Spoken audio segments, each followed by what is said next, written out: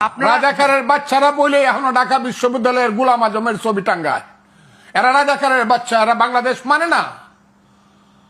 যারা নিজামীর ছবি, গোলাম আজমের ছবি ওখানে টাঙ্গায়, যারা এরা বাংলাদেশ মানে না। এদের ভিতরে হলো পাকিস্তান। এটা এনসিপি তো টাঙ্গায় না, এটা হচ্ছে ছাত্র শিবিরের কাজ।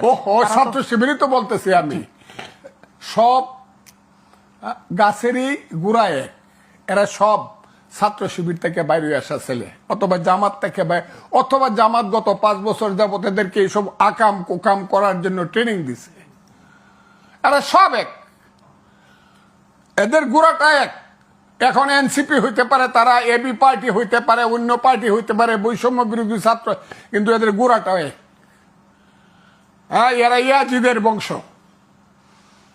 বাংলাদেশের রাজনীতি এরা হলো ইয়াজিদের বংশ।